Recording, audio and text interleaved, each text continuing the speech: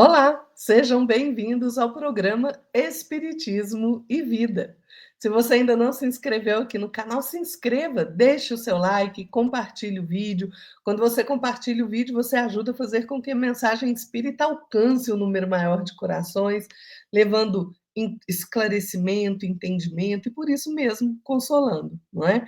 Clica lá no sininho das notificações para você ficar por dentro das novidades que acontecem aqui no canal e nos acompanhe também nas nossas redes sociais no Instagram. E hoje, aqui no Espiritismo e Vida, nós vamos tocar num assunto interessante, né? A gente precisa se convencer de algumas coisas, mas importante demais é converter-se. Vamos lá saber o que é isso. Sempre, claro, pedindo a inspiração de nosso Senhor Jesus Cristo para as nossas reflexões, para que sejam boas reflexões, claras, né? E que a gente consiga levar aí um pouquinho do que a gente entende aí da mensagem espírita e das lições do Evangelho, não é? Então vamos lá, vamos saber o que é isso, né? Vejam, Emmanuel nos diz, no livro Perante Jesus, que muito fácil convencer-se alguém da verdade do Senhor, transformando a vida dos companheiros. Muito difícil, porém, converter-se ao Senhor da verdade, renovando a própria vida. Emmanuel está coberto de razão. Porque o que é convencer? Convencer é você aceitar ou fazer alguém aceitar uma ideia ou admitir um fato, né, por meio de razões ou argumentos bem fundados. Converter é diferente, é mudar, é modificar, é transformar. Então, vejam, a conversão do homem não é tão fácil quanto alguns pensam, não. Tem gente que afirma de forma muito apressada: ah, sou convertido. Porque muitos dizem, eu creio, mas poucos podem declarar, estou transformado. Pois é. Isso me lembra uma passagem que está lá em Lucas, palavras de Jesus. E tu, quando te converteres, confirma teus irmãos. Essas palavras de Jesus, gente, foram ditas a Simão Pedro, e elas são muito simbólicas, né? Jesus falou isto, proferiu essas palavras na véspera do Calvário, né? Naquela hora grave da última reunião com os discípulos. Ele recomendava a Simão Pedro, né, o pescador de Cafarnaum, que ele confirmasse os irmãos na fé quando se convertesse. Pedro sempre foi o mais ativo companheiro de apostolado de Jesus, né? Durante 3 anos sucessivos, Simão Pedro presenciou ali os acontecimentos assombrosos, né?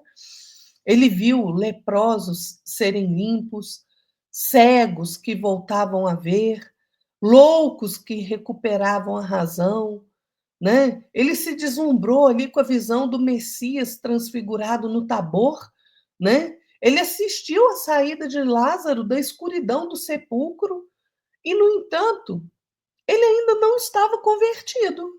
Não. Simão Pedro precisou de trabalhos imensos, dos sacrifícios pessoais, das lutas enormes consigo mesmo, para que ele pudesse converter-se realmente ao Evangelho e dar testemunho do Cristo aos seus irmãos. O homem, quando ele só está convencido, ele pode construir coisas maravilhosas, né? Ele constrói aí templos para o culto religioso, né? Mas ele pode morrer desabrigado. Pois é. Ele pode orientar aí o combate aos inimigos da humanidade e pode, no entanto, permanecer possuído ali por terríveis adversários que estão nele mesmo. Ele pode distribuir benefícios incontáveis, né? Distribuir coisas materiais, remédios, alimentos, agasalho. E mesmo assim, no fim da sua experiência terrestre, naquele momento, né, do desenlace do corpo físico, ele pode estar ali numa fome angustiosa de sentimentos, né, do coração. Ele pode mesmo, quando ele está convencido, né, acender aí lâmpadas pelo caminho e ele pode se entregar à morte na escuridão. Quando o homem está convencido, ele recebe prodigiosos dons do céu. E ele pode estender esses dons aos semelhantes. E ele mesmo, porque ele não se converteu, ele pode ficar ali persistindo na cegueira, no campo íntimo. Pois é.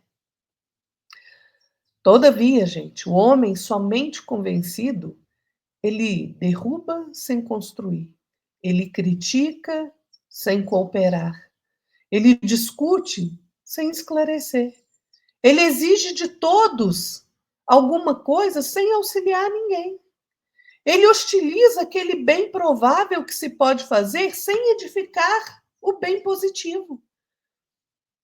Então vejam, quantas vezes a gente vê pessoas assim, não é? Você está ali na sua casa espírita, por exemplo, está fazendo uma reunião ali para ver como pode melhorar o serviço de assistência social, aí tem um ali que está sempre criticando, mas não tem uma postura de cooperação, não é? Isso se estende para a nossa casa, para o nosso trabalho. Emmanuel nos diz que é muito perigoso convencer-se quanto à verdade espiritual pelo raciocínio, sem converter-se a ela pelo coração. Quando a gente ouve aquela frase que muitas pessoas utilizam, né? Muitos chamados, poucos escolhidos, essa frase, na verdade, ela quer dizer sim, muitos se convencem, aceitam a ideia do evangelho, mas poucos se convertem, se transformam realmente em pessoas melhores, não é? Tem uma passagem em Paulo, está lá em Coríntios, em que ele diz assim: mas quando se converterem ao Senhor, então o véu se tirará. Gente, não é fácil rasgar os véus que ensombreiam a mente humana, não. Né? Quem fica só ali analisando, né, pode ser muitas vezes defrontado por dificuldades inúmeras e dificuldades acerbas. E se demora ali muito tempo nas interpretações do que diz respeito ao outro. Né? Quem somente se convence pode, às vezes, tender ali aquele dogmatismo, né? Que é você acreditar em alguma coisa pela imposição, de forma submissa, sem questionar a veracidade. A gente está vendo isso aí hoje todo o tempo. Só o homem que converteu-se verdadeiramente a Jesus adquire o poder suficiente para se desligar dos domínios do eu personalístico e passa a buscar o reino de Deus. Só assim ele é instrumento capaz de atender com eficiência, né, no divino trabalho da redenção humana. Porque ele descobre o júbilo de servir, né? Ele se descobre ali com o entendimento da evolução, da eternidade. Nós precisamos nos transformar efetivamente em discípulos fiéis, em cooperadores decididos, né, voluntários na obra de nosso Pai. Quando a gente consegue unir o raciocínio ao sentimento, essa nuvem, esse nevoeiro aí de negação, de incerteza, de dúvida acaba, né? A gente se coloca naquela posição de que Deus determina e nós obedecemos. Gente, não é porque a gente se maravilha com as revelações espirituais que a gente vai estar convertido, não. Que a gente vai estar transformado para Jesus, não. Vejam, Simão Pedro presenciou ali, em loco, essas revelações com o próprio Jesus. E ele custou muito a se converter.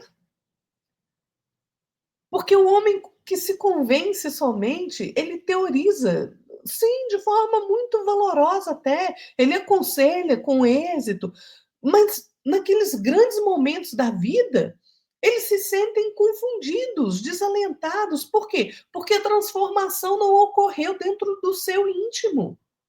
Lhe falta essa verdadeira modificação, essa transformação para o bem com Cristo.